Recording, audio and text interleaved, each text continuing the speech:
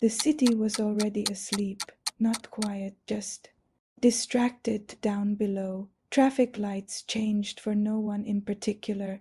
Windows glowed with the cold blue light of television screens, their stories playing out to empty rooms. Above it all, where the noise of the streets faded into a low hum, the rooftops waited. They were a world apart, a concrete wilderness of vents, pipes, and forgotten things. Tonight that silence was broken. Footsteps, fast, uneven, and utterly desperate. A man was running across the concrete, made slick and treacherous by a persistent drizzle. His breath tore at his chest, each gasp a ragged saw cutting through the damp air. He didn't dare look back. He didn't need to. He already knew what was there. He could feel it, behind him, something. Followed. It wasn't really chasing, not in the frantic way he was running. It was simply closing the distance, inevitable as the coming dawn. The first jump was a prayer of pure recklessness. A dark chasm opened between two buildings, and he launched himself across it without a second thought.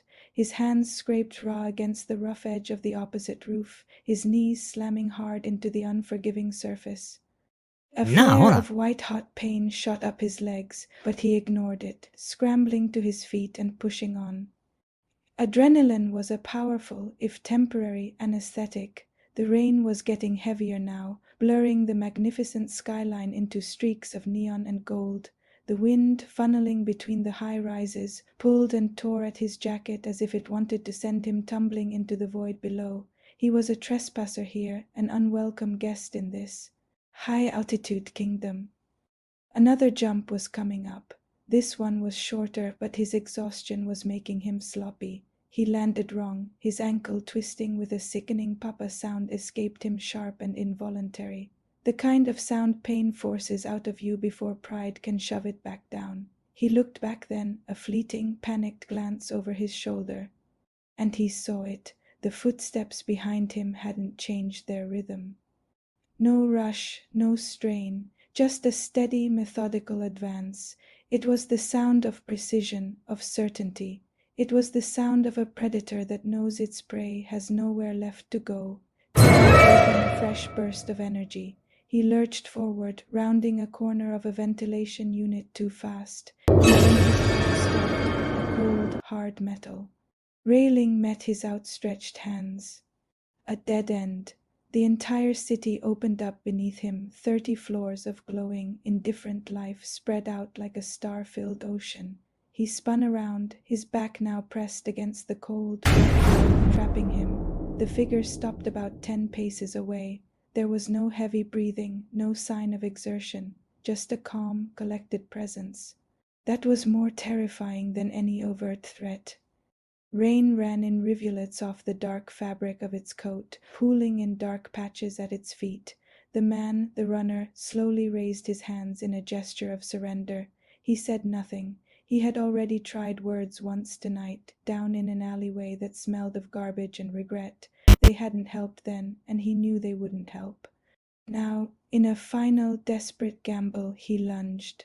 The first punch was wild, fueled by fear and aimed at a shadow. It missed by inches, whistling through the air. The counterattack was instantaneous, not a punch, but something far more efficient. An elbow, driven with brutal precision, connected with his throat. The air left his body in a soundless rush. He stumbled back, his hands flying to his neck, gasping like a fish on dry land. Before he could recover, a kick followed. It was low and hard, aimed at his already injured leg. The bone and sinew in his knee gave way, and his leg buckled beneath him.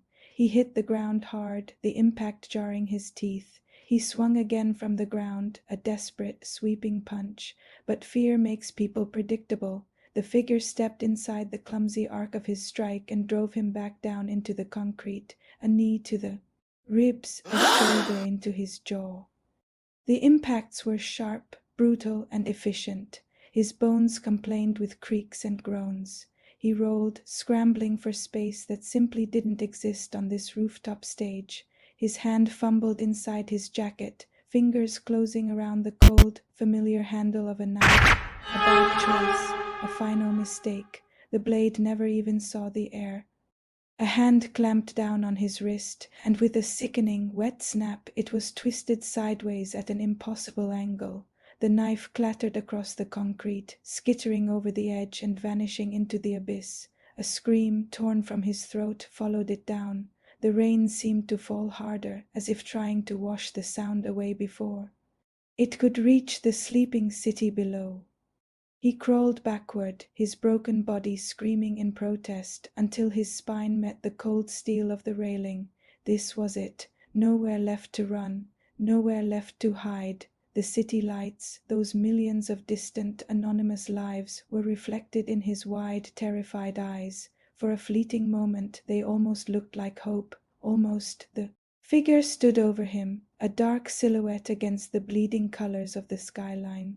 Still calm, still utterly controlled. There was no anger in its posture, no grim satisfaction, just a quiet, unnerving finality. The man on the ground shook his head, his lips moving, mouthing words that were lost to the wind. Were they apologies? Bargains? Prayers? In the end, it didn't matter. The figure leaned closer, its face still lost in the shadows. And it spoke. The words were quiet, almost kind, a stark contrast to the violence that had preceded them. You shouldn't have run. Then hands moved. The struggle was brief. It was ugly, and on a night like this, in a city this large, it was completely and utterly unremarkable. When it was over, the rooftop was empty once again. The only movement was the rain, diligently continuing its work of washing everything clean. By morning the sun would rise over the city. The police might get a call, a vague report from a window gazer who thought they saw something. They would come up here and find nothing but puddles of disturbed water and perhaps a section of dented, broken railing. There would be no witnesses. The rooftop cameras, if there were any, would have been mysteriously offline. The city would keep moving, its immense heart beating to the rhythm of traffic and commerce, and somewhere above it all, another rooftop waited, silent and patient, for another night to fall.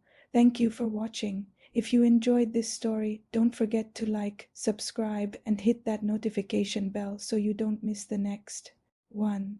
Until then, stay safe.